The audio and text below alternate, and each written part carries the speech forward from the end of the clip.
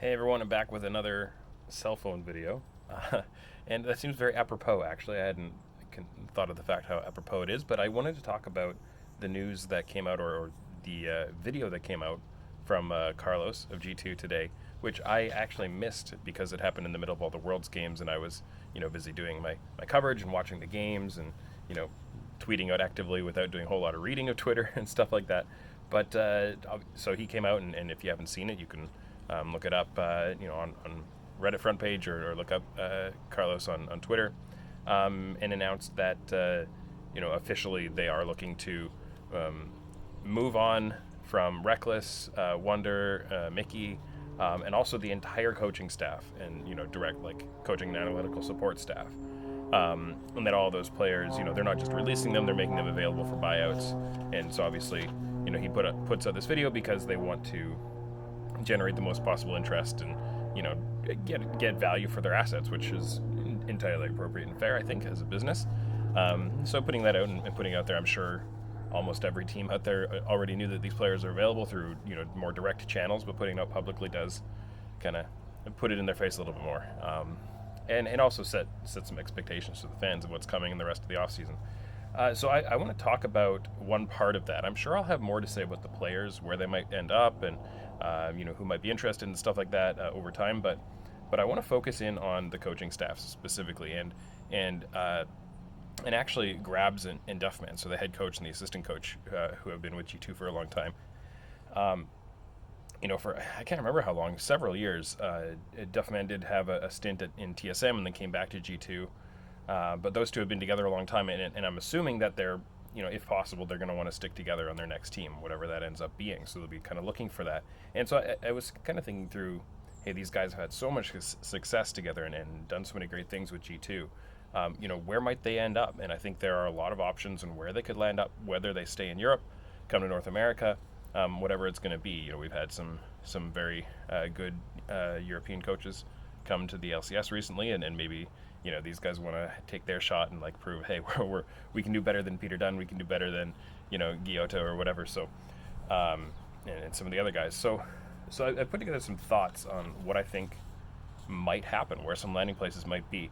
Obviously in the LEC, BDS is as a new entry, a very obvious place to look at and say, hey, they need to build everything from scratch. Maybe that's very appealing to Grabbz and Duff, that they can come in and like help set some creative direction.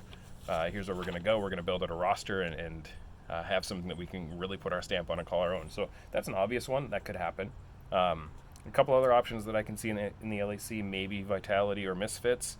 I'm not really sure. I don't have as much of an ear on the ground kind of in whether that would fit with what I expect they'd be looking for, but those are some teams that I see being possible options. I think there's a little more to talk about in the LCS where they might be able to land.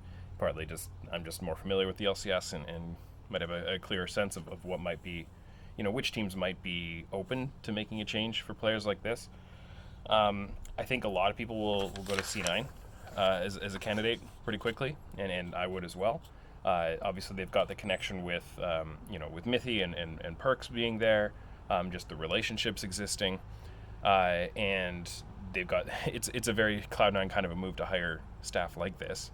And you might say, what's wrong with their existing staff, and they're at Worlds, they're competing right now, why would they need to do this? And I think Cloud9 have such high aspirations that finishing third at home is not good enough.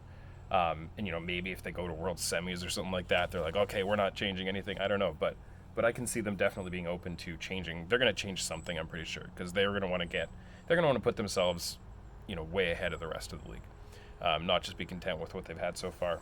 So I think that's a definite option. I think FlyQuest are a bit of an outside option.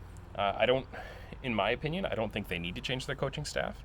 I think they have a relatively fresh staff that has only had 1 year to kind of build their project, and they can keep it going. But I think FlyQuest might look at it as an upgrade and say, hey, we want to keep our project moving forward a little faster. So I think that has a chance, and that might be appealing. They've got some kind of young players in the system, and maybe that's something. It's one of the big open questions here is, would Grabbz and Duff be looking for the best place they can win, or would they be looking for a project that they can build, right? Are they looking for a multi-year thing where we can bring in the players we want, set up the infrastructure we want, have all the resources we want, and 3 years down the line, we've built the absolute best team in the LCS. So I'm not sure which of those they would want. But I think FlyQuest would give them that second option and be a pretty good candidate for that. I can see Team Liquid being interested, honestly, especially if Cold, he wasn't hired to be the head coach, and he kind of came into that with everything that happened with Jat. Maybe he prefers to be in an assistant role and would love to work with these guys, with Grabbz and Duff. So I can see that being a thing that Team Liquid would definitely look at, and they'd be willing to make that kind of investment because there's going to be an investment in getting these guys, right? Dignitas are very outside shot. I'm not sure that they see a need for making a change, but I think they would at least kind of kick the tires on this and say, like, what would it look like? But I think that's... I also don't think Dignitas would probably be high on the list for Grabbz and Duff. But, it's an option. It could happen. It's possible. Something a little more likely, and I think probably what I would guess is the most likely, would be CLG. And, you might say, oh, but you just said Dignitas wouldn't be on their list. Why would CLG be on their list? Well, CLG are going into potentially like a full rebuild mode. They brought in Greg Kim to be new leadership. He's going to kind of like revitalize, and I had him on the podcast a while ago, and so you can listen to that and see kind of like he's bringing in a new mindset, and I think the time is right for them to kind of start almost ground zero, not completely ground zero, but like start very fresh, and that might be appealing to Grabbz and Duff.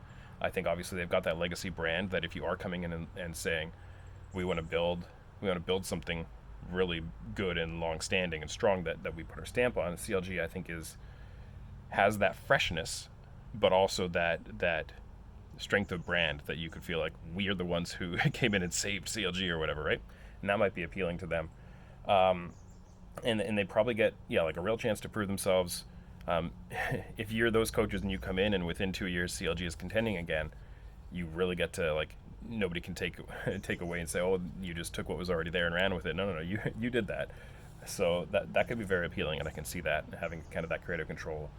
So if I was gonna place a bit of a bet on this, I would say CLG is a very strong candidate. I'd say C9 is maybe like a secondary option, and then BDS or Vitality would probably be in a similar kind of realm there. So those are some options there. I think it's unlikely that coaching staff of this caliber would land outside of the LCS or LEC. That would be a very... I can't really picture a scenario where that happens. So, I mean, unless there's some kind of LCK org or whatever that's like, we'll make the next try at an English-speaking coach coming in. But I'm not going to speculate on something like that. That's a little too far out there for me. So those are my thoughts, Grabbz and Duffman, where they might be able to end up and why. And we're going to have to wait and see what they end up doing, whether they even stick together. I'm kind of approaching this from the mindset of I assume that they're going to want to.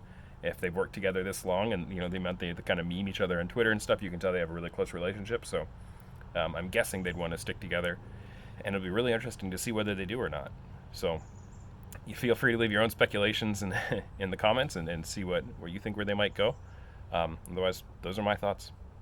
And as always, we'll have to wait and see what actually happens and see how long it takes for that to be announced. And maybe we'll even find out with some good reporting from somebody how much somebody had to pay to get their contracts, because we don't really get to see coach buyouts, but this might be a time for that. So anyways, thanks for watching.